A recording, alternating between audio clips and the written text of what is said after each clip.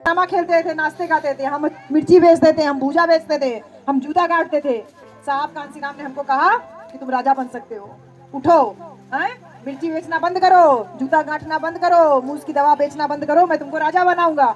आपको और हमको वोट की कीमत समझाए, हम लोगों को गांव गांव साइकिल साइकिल पैदल पैदल घूमे। 49 बरस की उम्र में बहन जी, जब आप और हम नाती पोता खिलाते हैं, साहब कांसीराम पूरी जिंदगी शादी ना करने का फैसला लिए थे, अपनी सरकारी नौकरी से इस्तीफा दिए थे, और 49 बरस की उम्र में साहब कांसीराम 4000 किलोमीटर साइकिल साइकिल यात्रा किए थे। किसके लिए? हमारे लिए, आपके लिए बहन जी, आपके लिए। साहब कांसीराम 200 किलोमीटर का पैदल पैदल यात्रा किए। किसके लिए? आपको और हमको जागरूक करने के लिए। और क्या जागरूक किया साहब ने? कहा कि तुम्हारे वोट की बहुत बड़ी कीमत है। साहब ने कहा तुम्हारे वोट की इतनी बड़ी कीमत है कि तुम 100 में 85 हो। 85% समाज अपने वोट से अपना राजा चुन सकता है। ये साहब ने आपको और हमको सिखाया। साहब ने कहा तुम अपने वोट से अपना राजा बना सकते हो। साहब ने नारा दिया बहन जी, वोट हमारा, राज तुम्हारा नहीं चलेगा। कहा कि तुम्हारा वोट है तो राज किसी और का नहीं चलेगा, जिसकी जितनी संख्या भारी उसकी उतनी हिस्सेदारी।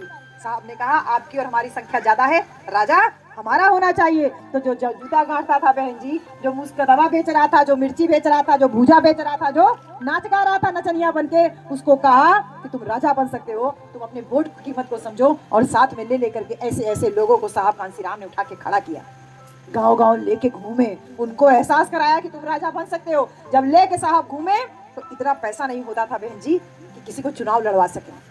इतना पैसा नहीं होता था, जबकि साहब थे बहुत पैसे वाले, सरकारी नौकरी से इस्तीफा दिए थे। अगर नौकरी में रहते तो बहुत पैसा जोड़ सकते थे, ऐसे 50 मकान साहब बना सकते थे।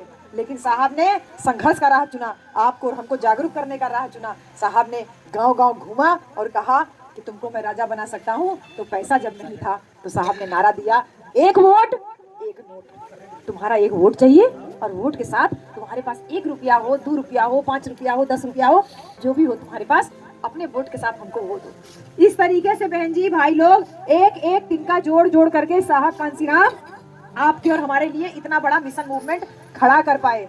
साहब कांसीराम जब गांव गांव निकलते थे ना, पीछे बड़ा सा बैनर लगा के, एक वोट एक नोट, तुम अपना एक वोट दो हमको और अपना एक नोट दो।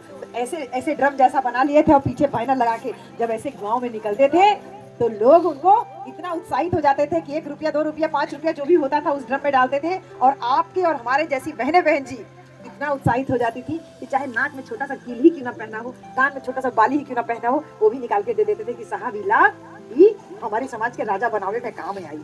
इतना तिनका तिनका जोड़ के, इतना संघर्ष कर करके हम लोग यहाँ तक पहुंचे। मेरे प्यारे भाई लोग, आप लोग तो वो दौर देखे हो कि जब साहब कांसीराम मिशन मूवमेंट चला रहे थे बहन जी, आप लोग भी इस बात के गवाह हो। हम कई गांव में गए, लोग बता रहे हैं कि हाँ हमने देखा है ऐसा। आप लोग इस बात के गवाह हो कि जब साहब नीला झंडा लेके निकलने की बारी करते थे तो हम लोग को इतना डर लगता था कि हम नीला झंडा लेके चल नहीं पाते थे, क्योंकि पिटाते थे रास्ते में।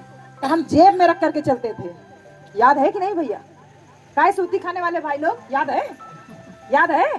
जेब में रख के चलते थे, और जब साहब की रैली में सामने पहुंचते थे तब जेबों में से झंडा निकाला जाता था, तब फहराया जाता। गांव के बाहर निकलते थे, झंडा फिर निकल करके पॉकेट में, और फिर जब अपनी बस्तियों के अंदर घुसते थे तब वो झंडा निकलता था।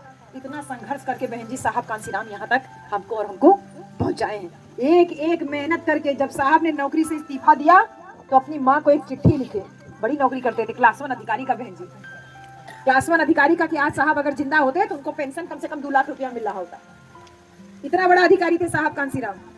नौकरी से इस्तीफा दिए, अपन माई की चिट्ठी लिखने कि माँ मैं कभी घर नहीं आऊंगा, माँ मैं कभी घर नहीं आऊंगा, माँ मैं कभी शादी नहीं करूंगा, माँ आज से मेरा सारा रिश्ता नाता जो तुम लोगों के साथ में है वो खत्म हो गया। मैं अपने नाम पे कोई घर दुकान मकान नहीं बनाऊंगा, कोई धन संपत्ति नहीं रखूंगा, और मैं कोई अपने नाम पे जो है घर नहीं बनाऊंगा। ये पूरा बहुजन समाज ही मेरा घर है और इसी की सेवा करने में मेरी पूरी जिंदगी जाएगी। ये 5 बातें लिख करके कि मैं कभी शादी नहीं करूंगा, मैं कभी घर नहीं आऊंगा, मैं कोई संपत्ति नहीं बनाऊंगा, ये बहुजन समाज ही मेरा घर द्वार है, और इसके बाद मैं कभी कोई नौकरी नहीं करूंगा, किसी श्राद्ध पे या किसी के मरने पे या किसी के जीने पे भी मैं घर वापस नहीं आऊंगा। ये 5 प्रतिज्ञा करके साहब कांसीराम अपन माई के चिट्ठी लिखने और चिट्ठी पोस्ट कर देने।